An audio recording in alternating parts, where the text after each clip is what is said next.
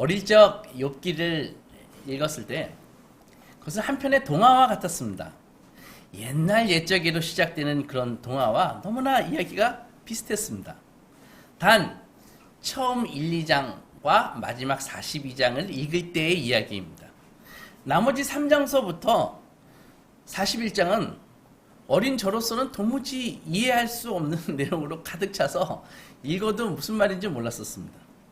조금 커서 욥기를 다시 한번 도전했는데 역시 또 3장서부터 읽기가 힘들었습니다. 왜냐하면은 욥의 친구들이 나오는데 아주 짜증나는 인간들이었기 때문입니다. 고난을 당한 친구를 놓고 왜 이렇게 말이 많은지, 이 사람들은 위로하러 온 사람들이 아니라 오히려 불난데 기름을 부으러 온 사람들이었더라고요. 사실 욥기가 한 4장, 5장이면 충분했거든요. 근데 이 친구들 때문에 이 욥기가 42장까지 길어져 버렸단 말이에요. 근데 시간이 갈수록 욥기는 우리 성도들에게 주시는 하나님의 정말 놀라운 기가 막힌 편지라는 생각이 들었습니다. 물론 저는 아직도 욥기를 일부분만 이해하고 있다고 생각합니다. 욥기를 이해하려면 먼저 1장을 읽어보면 우리는 중요한 한 가지를 발견할 수 있는데 그것은 욥이 그가 받는 고난에 대해서 아무런 원인을 갖고 있지 않다. 그것입니다. 즉 이후에 욥이 어마어마한 고난을 받는데 그것은 욥의 잘못이 아니다. 그런 전제가 먼저 탁 깔려 있는 것입니다. 욥이 정말 의인이고 당대에 완전한 자고 잘했지만 그래도 뭔가 부족한 점이 있다라는 것은 욥의 이야기가 아닙니다. 마지막 42장에 봐서도 결국 욥이 하나님이 욥에게 갑절로 복을 주시거든요. 그래서 거기에도 욥이 뭔가 잘못했다는 이야기는 없습니다. 하나님이 욥에게 준 답변은 이런 것이죠. 지금 내가 너에게 보여주는 저 모든 것과 너는 달라. 너는 내 백성이고 나의 종이야. 라고 하시는 것입니다. 즉 귀한 손님이 찾아오면은 집안의 보물이나 진귀한 것을 막 보여주듯이 하나님은 욥에게 피조물들을 다 보여주시면서 너는 저 피조물과 다른 존재다. 이렇게 말씀하시는 것입니다. 욥기 1장의 그 중반부터 욥이 여러 어려움과 재난을 겪는 모습을 보여주는데 이런 힘든 과정이 내내 이어지다가 42장에 가서야 결론에 이릅니다. 즉 욥이 하나님이 마련해 주신 궁극적인 자리로 갈 때까지 정말 긴 과정이 필요했듯이 우리도 성도들도 하나님이 원하시는 자리에 가기 위해서는 반드시 이런 과정을 거쳐야 된다는 것입니다. 반드시라고 하니까 사실 좀 당황스럽죠. 인생에 쉬운 길이란 없습니다. 이 길을 통과해야 됩니다. 이 길은 바로 하나님의 뜻이고 하나님의 방법입니다. 이렇게 이제 대략적인 그림을 가지고 이제 욥기를 시작해야 되는데 욥기를 읽으면서 하나님이 당신의 자녀들에게 복 주기 위해서 어떤 과정을 요구하시는가를 우리가 확 잡아야지. 만약에 이걸 놓치게 되면 욥기는 그냥 천상의 우월한 존재들 하나님과 사탄이 그 둘의 내기로 인해서 힘없는 욥이 그냥 개고생한 이야기에 불과하다고요. 그래서 욥기는 하늘에서 열리는 그 회의에서부터 욥기가 시작합니다. 거기에 이제 사탄이 들어옵니다. 7절을 읽어보면 사탄이 하나님께 묻습니다. 아니, 하나님이 사탄에게 묻습니다. 여호와께서 사탄에게 이르시되 네가 어디서 왔느냐? 사탄이 여호와께 대답하여 이르되 땅을 두루 돌아 여기저기 다녀왔나이다. 여러분 여기서 하나님이 네가 어디서 왔느냐라고 하는 말씀은 너 왜 이렇게 바쁘게 돌아다니냐? 그 말씀입니다. 이 말씀을 좀 속되게 이야기하면은 너는 왜 그렇게 내 통치를 누리지 못하고 만족하지도 않고 순종하지도 않고 어딜 그렇게 싸돌아다니느냐? 그 소리라고요. 그러면서 욥을 봐라. 내 종 욥을 봐라. 욥을 좀 본받아라. 그렇게 이야기하십니다. 분위기가 안 좋죠. 원래 하나님하고 사탄은 분위기가 안 좋습니다. 그래서 사탄이 대답합니다. 욥이 까닭 없이 잘하겠습니까?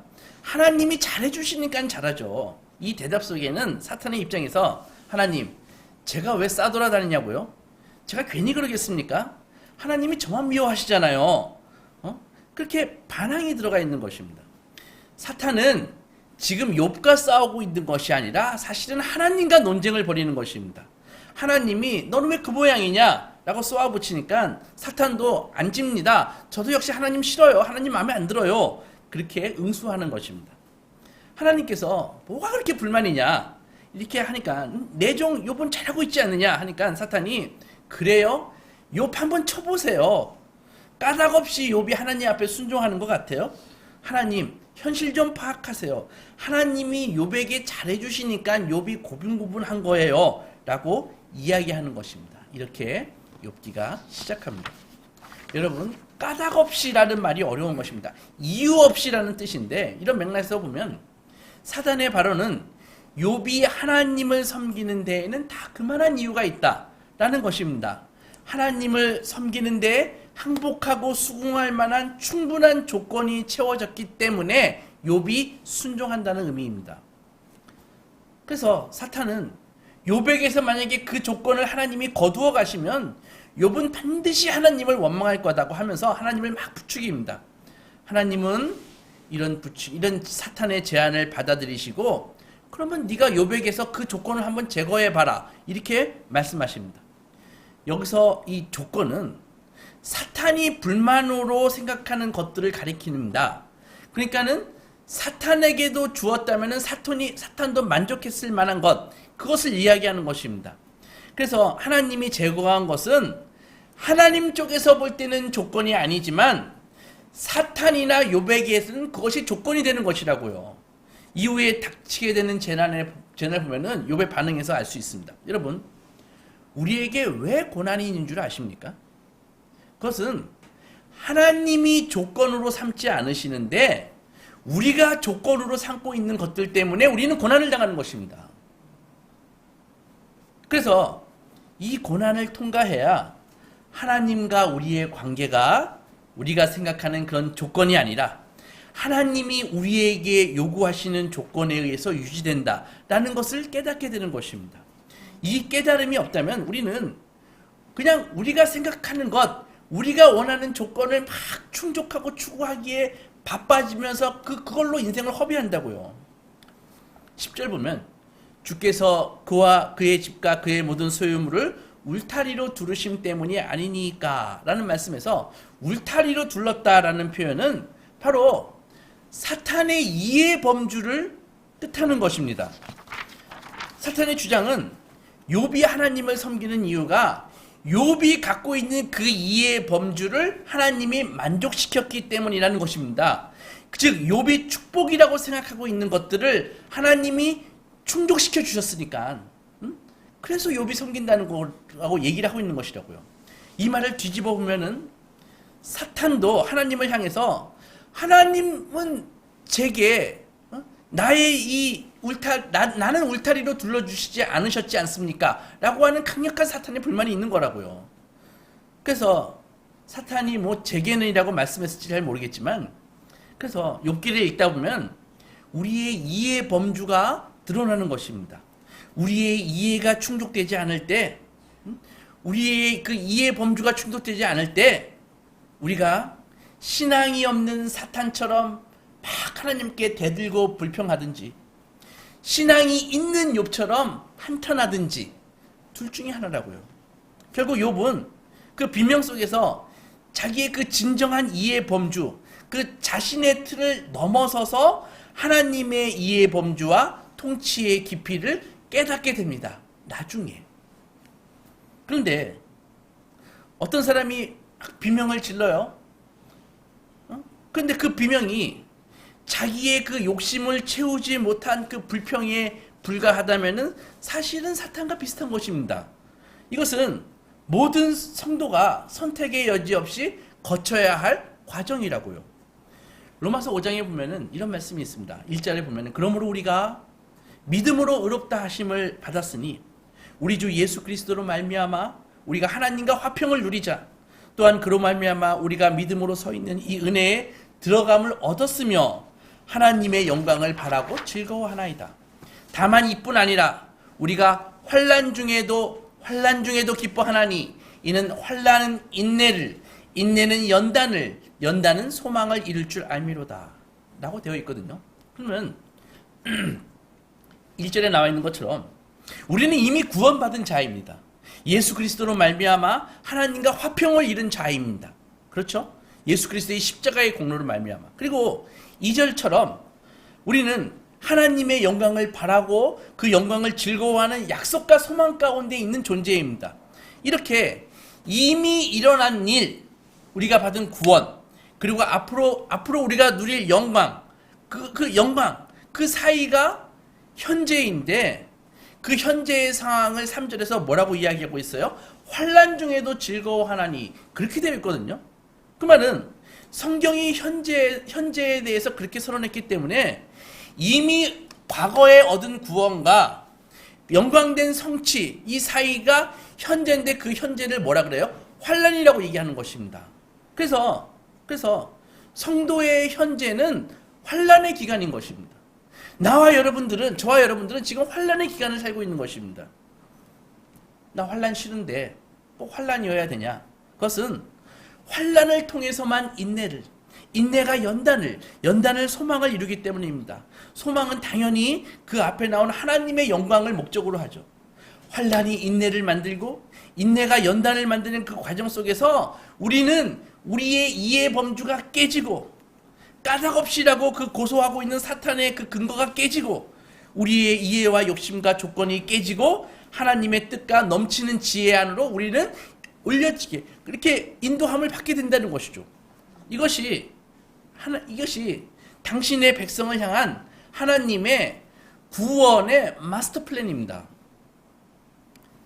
욥기 말미에서 하나님이 욥에게 너 우박이 내리는데 너 우박이 담겨있는 창고 본 적이 있냐? 이런 말씀을 하십니다. 또 너 내가 공룡을 많이 지었는데 너 공룡 본 적 있니? 욥기서에 보면은 베헤못, 리어와단 이런 게 나오거든요. 이게 다 공룡들입니다. 나중에 읽어보면 잘 알아요. 근데 너 그런 거 본 적 있니? 라고 말씀하십니다.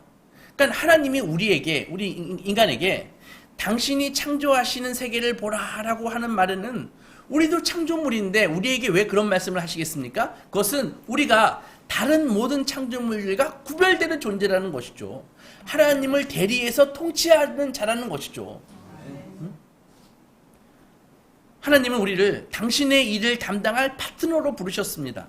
우리가 하나님의 형상으로 지음받았다는 말이 바로 이 뜻입니다.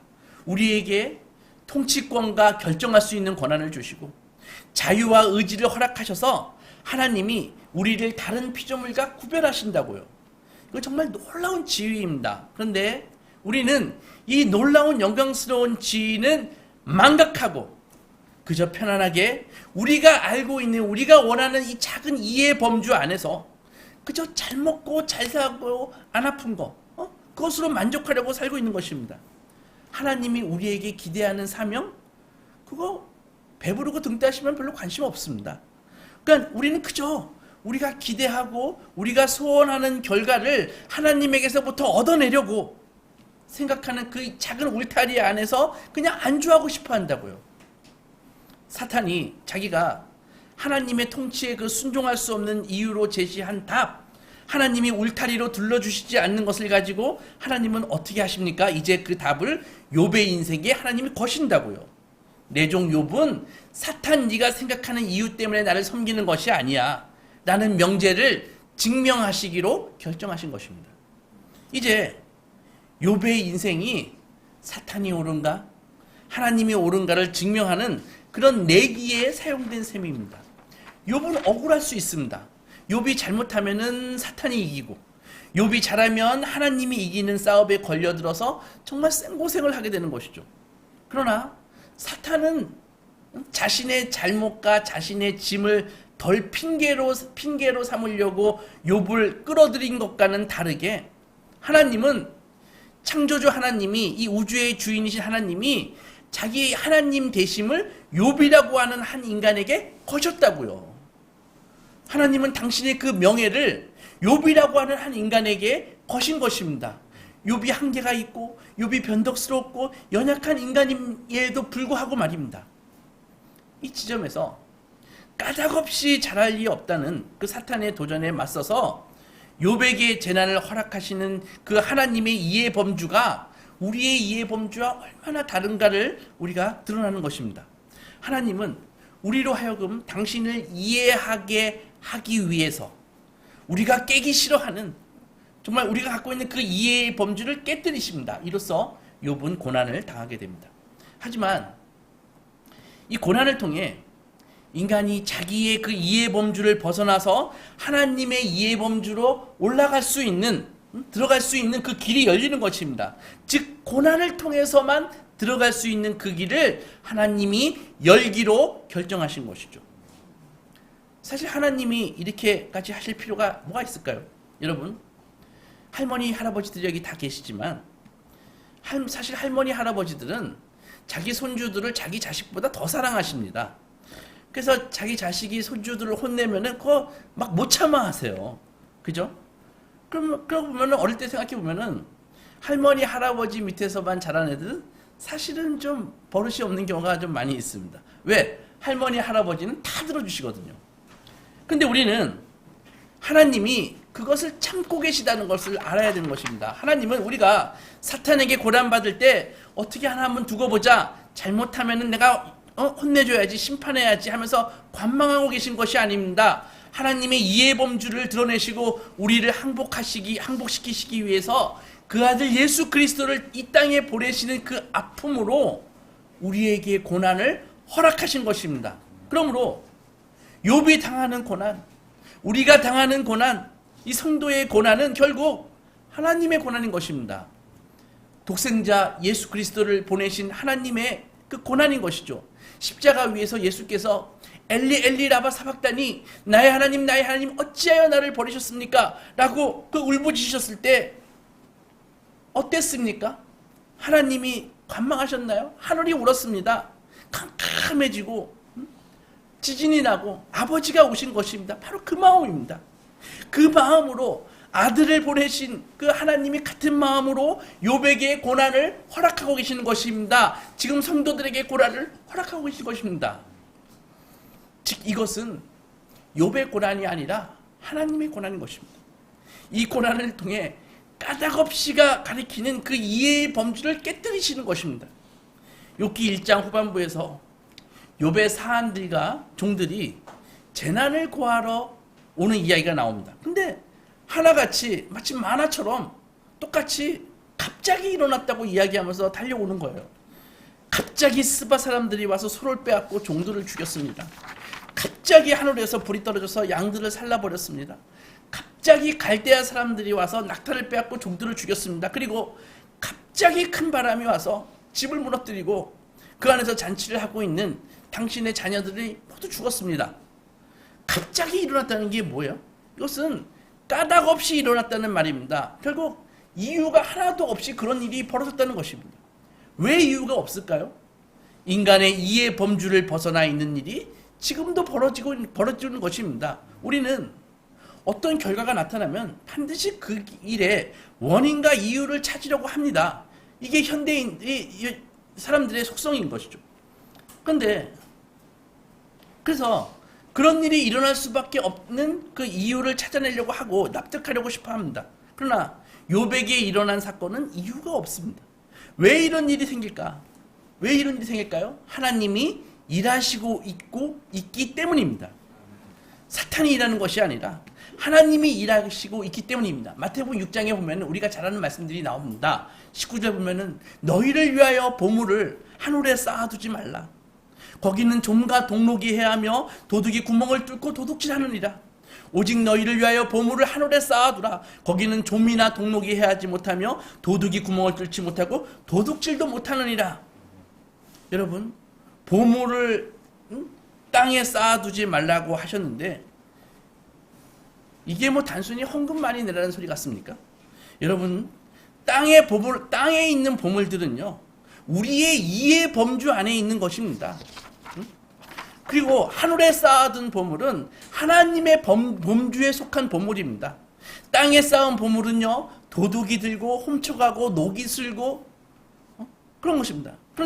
그래서 하늘의 보물과 비교해서 하찮은 것이라고요. 이제 이 이야기가 어떻게 발전하냐 하면은 계속 읽어보면 네 보물이 있는 곳에 네 마음도 있느니라. 눈은 몸의 등불이니 그러므로 네 눈이 성하면 온몸이 밝을 것이요 눈이 나쁘면 온몸이 어두울 것이니 그러므로 내게 있는 빛이 어두우면 그 어둠이 얼마나 더하겠느냐. 무슨 말인가 하면은 여기 어둠은요 모르면 헤매고 있는 상태를 얘기하는 것입니다. 즉 온몸이 어둡다는 것은 그 허망한 일에 소진되는 인생을 살 수밖에 없는 상태, 그것을 어둠이라고 얘기하는 것이라고요. 오래 살았지만 허망한 일에 어두워서 인생을 탕진해 버리는 것입니다. 계속해서 읽어보면 한 사람이 두 주인을 섬기지 못할 것이니 혹 이를 미워하고 저를 사랑하거나 혹 이를 중히 여기고 저를 경히 여김이라. 너희가 하나님과 재물을 겸하여 섬기지 못하느니라. 이 말은 무슨 말인가 하면은 너가 생각하는 너의 이해 범주와 하나님의 이해 범주를 네가 섞어서 사용할 수 없다. 그런 말씀입니다. 네가 하나님을 초월자로 이해하고 이해한다고 해도 그분의 목적에 순종하지 않고 다만 하나님을 복을 얻어내는 수단으로 생각하는 거라면 너는 결국 하나님을 섬기는 것이 아니다. 그 말씀이라는 것이죠. 욥이 왜 고난을 받았습니까? 욥이 잘못해서 받았다라고 답할 수 없습니다. 이것은 옳고 그름의 문제가 아니기 때문입니다. 이것은 하나님의 뜻과 사람의 뜻 사이의 그 간극 사이에서 일어나는 문제이고 진정한 가치와 영원한 것의 주인이 누구인가 라고 하는 문제이기 때문인 것입니다. 자기 고집을 놓지 않는 한, 그리고 그것을 깨지 않는 한 그 답을 얻을 자리에 나아갈 수가 없습니다. 그런데 그 자리에 나아가는 것을 그 자기 이해범주가 깨지고 하나님의 이해범주로 나아가는 것을 사람들은 뭐라 그래요? 바로 그것을 재난이라고 얘기하는 것입니다. 고통이라 얘기하는 것입니다. 환난으로 이르는 이해한다고요. 이것이 우리가 싫어하는 자리입니다. 하나님의 뜻과 목적에 참여하는 이것이 우리에게는 우리 이해범주를 벗어나는 일이거든요. 그래서 우리가 장악하고 통제할 수 있는 그런 구간이 아닙니다. 그래서 우리가 두렵죠. 고난은 바로 나의 그 범주와 한계가 깨지는 것이 고난인 것입니다. 욥기는 마치 이렇게 이야기하는 것 같습니다. 네가 계속해서 고난이 싫고 두렵다고 주장한다면 너는 하나님을 믿는 자라고 말할 자격이 없다라고 말하는 것 같습니다. 요한복음 6장을 계속 읽어보면 그러므로 내가 너에게 이르노니 목숨을 위하여 무엇을 먹을까 무엇을 마실까 몸을 위하여 무엇을 입을까 염려하지 말라. 목숨이 음식보다 중하지 아니하며 몸이 의복보다 중하지 아니하냐. 의복을 사기 위해서 죽을 사람이 있습니까? 없죠. 음식을 사기 위해서 죽을 사람이 있습니까? 없습니다. 왜? 몸이 더 중요하고 목숨이 더 중요하기 때문입니다. 몸이 있고 나서 옷이 있는 것이고 목숨이 있고 나서 음식이 있는 것입니다. 그런데 우리는 어떻게 삽니까? 목숨에 해당하는, 몸에 해당하는 하나님의 뜻을 위해서, 하나님의 그 목적과 약속을 위해서 우리를 지으셨는데 우리는 우리의 이해 범주로 우리를 보장해주고 우리를 안심하는 일에만 우리의 목숨을 걸고 있습니다. 하나님의 목적은 바로 우리인데 우리는 우리 자신의 그 진정한 가치에 대해서는 아무 생각이 없고 오로지 무엇을 입을까? 무엇을 먹을까? 그런 것에 자꾸 하나님을 끌어내린다고요. 이제 26절부터 그 유명한 공중의 새를 보라, 들에 핀 백합화를 보라, 오늘 있다가 내일 아궁이에 던져지는 들풀을 보라라는 말씀이 나옵니다. 왜 이런 말씀을 할까요? 생각해보라는 것입니다. 나이가 들면 기운이 빠지고 외롭고 슬프고 고통스럽지만 그래서 죽음을 생각합니다. 그런데 그래서 현실을 보는 눈이 달라집니다. 젊었을 때는 잘생긴 남친이나 예쁜 여친과 데이트를 하는 것을 꿈을 꾸죠. 돈을 많이 벌어 요즘 말로 막 파이어족이 돼가지고 일찍 은퇴해서 몰디브 가서 모히또 한잔 하는 거, 그런 걸 꿈꿉니다. 정말 환상적인 그런 거 아닙니까? 그런데 나이가 들면 그런 거 왜 목숨 걸지 않습니다. 왜? 나이 들면 매일매일 사는 것이 전쟁이고 씨름입니다. 먹을 것을 걱정해야 되고 사회에서 내 자리를 좀 확보해야 되고 근데 노후를 위해서 뭔가 좀 쌓아둬야 되고 이런 것이 다 우리에게 재난이라고요. 근데 그 재난을 겪어야 비로소 내가 계속 살아야 한다는 말이냐. 나는 어떤 존재인가? 내가 할 수 있는 게 뭐냐? 평생 돈 버느라 고생하다가 죽을 인생을 내가 계속 살아야 되냐? 그때 죽는 것과 지금 죽는 것의 차이는 무엇이냐? 라는 고민을 막 하게 된다고요. 그러면서 점점 자신이 그동안 정말 꼭꼭 잡고 있었던 자신의 이해 범주가 사실은 별것 아니라는 그런 도전에 직면합니다. 통장에 돈 좀 있고 등 따시고 배부르면 이런 생각 안 합니다. 우리가 편안하면 자신의 이해 범주가 얼마나 보잘것없는가 하는 그 도전, 하나님이 창조주로서 우리에게 창조하실 때 가졌던 그 목적의 위대함, 이런 거 생각하지 않는다는 것이죠.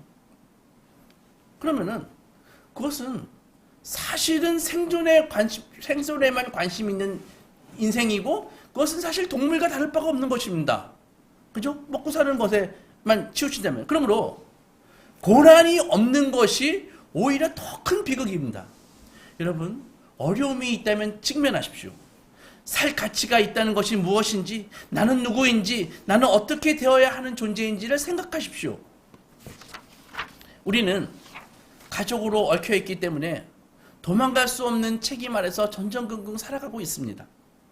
산다는 게 얼마나 힘이 드는지 그 이야기를 하게 되는 것이죠. 그러다가 어느 날 우리가 할 수 있는 게 별로 없고 우리가 별거 아니라는 그런 나의 이해 범주가 깨지는 하나님의 손길을 만나게 됩니다. 언제? 바로 고난 중에. 그리고 고백합니다. 고난당한 것이 내게 유익이라. 이로 말미암아 내가 주의 율례를 배우게 되었나이다. 고백하게 되는 것입니다. 왜 하나님은 나의 이 고달픈 인생을 계속해서 살도록 방치하시나? 왜 나는 오늘도 공중에 나는 새를 바라보며 마음을 다스려야 하나? 우리는 고통스러울 때면 차라리 내가 생각할 능력이 없었으면 하고 생각할 때도 있습니다. 내가 저 날아다니는 새라면 멀리 갈 텐데 한 줌의 먼지였다면 이라고 생각하는 사람도 있습니다. 어릴 적 힘들게 공부하고 집에 오면 따뜻한 여름날이었었는데 허연 배를 드러내고 이 강아지가 탁 누워 자고 있는데 정말 부럽더라고요. 야, 정말 개팔자가 상팔자다. 나는 괴로운데. 그런데 이런 고달픔이야말로 하나님이 우리를 한낱 그런 강아지 같은 존재로 만들지 않았다는 것을 보게 하시려는 하나님의 부르심입니다. 여기에 우리 다 붙들려 온 것이라고요. 교회에 와서만 이런 도전 앞에 서는 것이 아니라 매일의 삶 속에서 하나님이 손길로 우리의 심령을 지금도 막 깨우고 계신다고요. 고난을 주시면서 일어나라, 답을 해라. 넌 아직도 네 생각과 네 범주에 숨어서 내가 너를 만드는 뜻은 외면하고 도망갈 수 있다고 생각하느냐 하면서 계속해서 우리를 부르십니다. 여러분께서는 지금 그 부르심에 불려나와 지금 이 자리에 앉아 계신 것입니다. 욥은 그래서 특별한 사람이 아닙니다. 우리 모두가 다 욥입니다. 그런데 우리는 이 고민을 가끔 애써서 다른 것으로 대체하죠. 몇 가지 종교적인 행위로 그냥 일주일에 한 번 예배 드리는 것 같은 걸로 때우려고 합니다. 그리로 도망가려고 막 하는 것이죠. 자기 위안을 삼는 것이죠. 자신을 깨뜨려 하나님의 통치에 자신을 위임하며 하나님께 인도를 구하고 붙잡아 달라고 씨름해야 하는 이 도전에 직면한 자의 갈등과 고뇌는 외면한 채 그냥 몇 가지 종교 행위 해가지고 때우려고 합니다. 요즘은 교회의 사회적 책임, 무슨 시대적 책임, 국가적 책임 그래가지고 어떤 목사님은 자꾸 광화문에 가가지고 스피커 들고 막 이러시는 분들도 계시는데 그것은 교회의 근본적인 사명이 아닙니다. 우리 각 개인이 신앙적으로 자신을 이해하고 인간과 인생을 이해하는 틀을 확보하기 전까지는 나머지 것들은 다 도망가고 변명하는 자리에 불과하다고요. 하나님, 나는 더 이상 바라지 않습니다. 그저 아프지 않고 먹고 사는데 지져 먹게만 해주세요. 이런 기도는 기독교를 몰라도 너무 모르는 기도입니다. 예수님이 십자가를 지셨다는 그런 말을 부인하는 것입니다. 하나님이 우리를 위하여 고민하시고 애쓰시고 마음 아파하시며 일하고 계신다는 사실을 외면하는 기도입니다. 하나님 이만하면 됐습니다. 이 기준을 우리가 정하는 것이 아닙니다. 그럼 어쩌자는 말이냐? 도대체 목사님 어쩌라는 말이에요?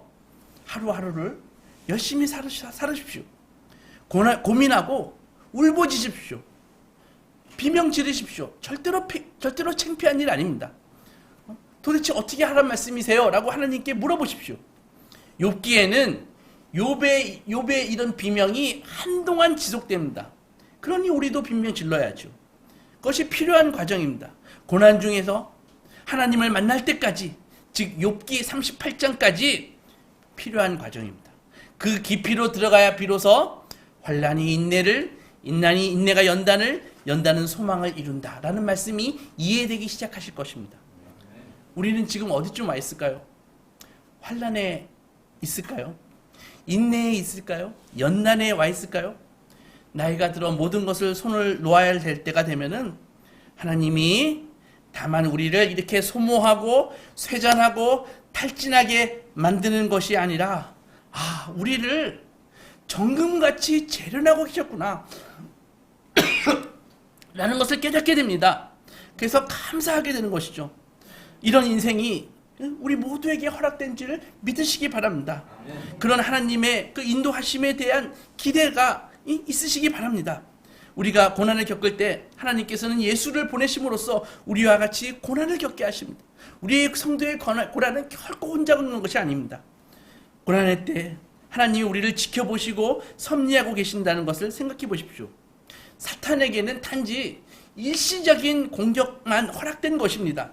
그리고 그 고난 속에는 풀무불 속에서 사드락과 메삭과 아벳노고가 예수 그리스도와 함께 계셨듯이 우리의 고난도, 성도의 고난도 예수께서 함께 계시는 것입니다. 여러분, 고난은 굴이 아닙니다. 터널입니다.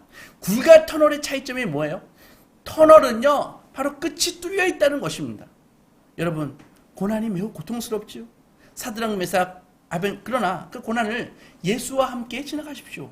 사드락, 메삭, 아벳노고가 예수와 함께 풀무불의 고난을 지내고 나왔을 때 다니엘서는 이렇게 이야기합니다. 불이 능히 그들의 몸을 해하지 못하였고 머리털도 그을리지 아니하였고 겉옷빛도 변하지 아니하였고 불탄 냄새도 없었더라. 그러므로 성도가 겪는 환난과 고난은 결코 우리를 해할 수 없으며, 성도의 고난은 하나님의 사람으로 온전히 빚어가시기 위한 하나님의 인도하심입니다. 이 고난이 지난 후 성도는 소망의 항구에 다다라서 정금같이 나오는 것입니다. 아무쪼록 우리 예수 그리스도와 함께 고난의 터널을 통과하셔서 하나님이 목적하시는 정금같은 믿음의 사람으로 재련되시는 소망의 자녀들이 되시기 주님의 이름으로 축원합니다. 아멘. 기도하고 나가겠습니다.